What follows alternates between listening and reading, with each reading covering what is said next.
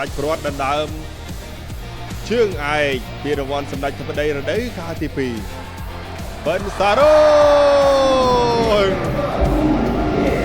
ជ័យ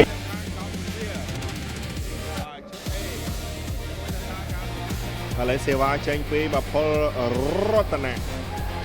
ចូលបញ្ញាមេឌីលើជាប់រត់នាងទៅហើយ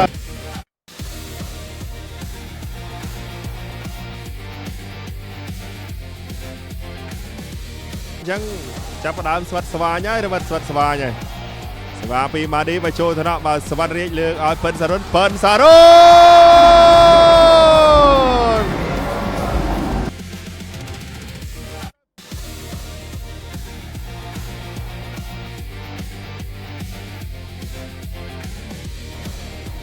ឥឡូវសេវាចេញពីណារ៉ូស្រាលចូលពីញ៉ាំរ៉ៃអែនលើកឲ្យម៉ាឌីឆ្កាស់មកចូលយកបានពីណារ៉ូលើកឲ្យគួនមក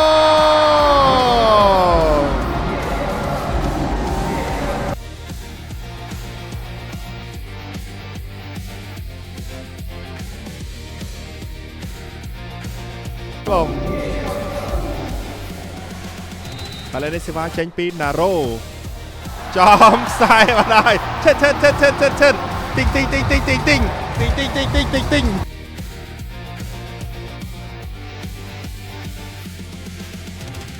ដល់ដែរថ្ងៃ25នេះជួបគ្នាចូលថ្នាក់បាសវណ្ណរាជលើកឲ្យវឿនវិស្រា3ម៉ែត្រកណ្ដាលនេះអូយដាច់បាំងស្អាតមែន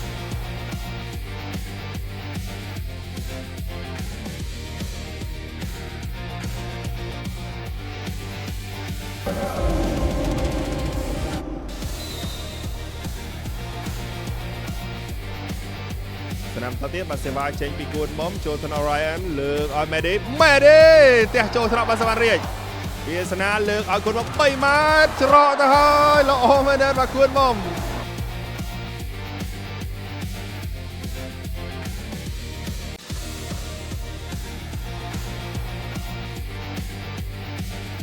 ចេញពីគួនមុំ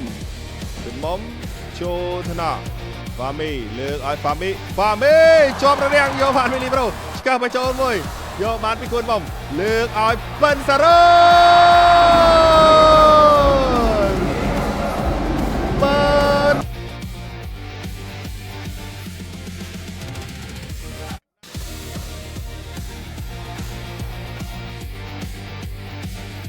ទៅvàoពី Andrewចូលកញ្ញាំគួនមុំលើកឲ្យវាសនាវាសនាបាទរូបភាពជើងបាទវាសនា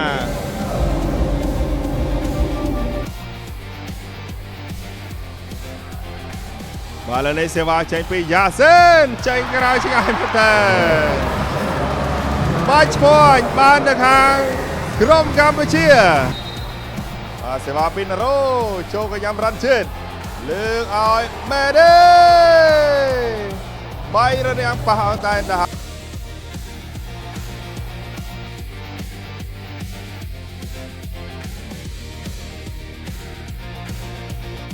កម្ពុជា Ryan ចូលថ្នាក់បាសវណ្ណរាជ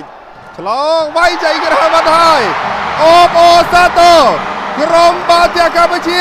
ខ្លាចជាម្ចាស់ជើងឯកពីរបស់សម្ដេចធិបតីរដូវកាលទី2ក្រោយយកឈ្នះ MBSA ម៉ាឡេស៊ីដោយលទ្ធផល3-0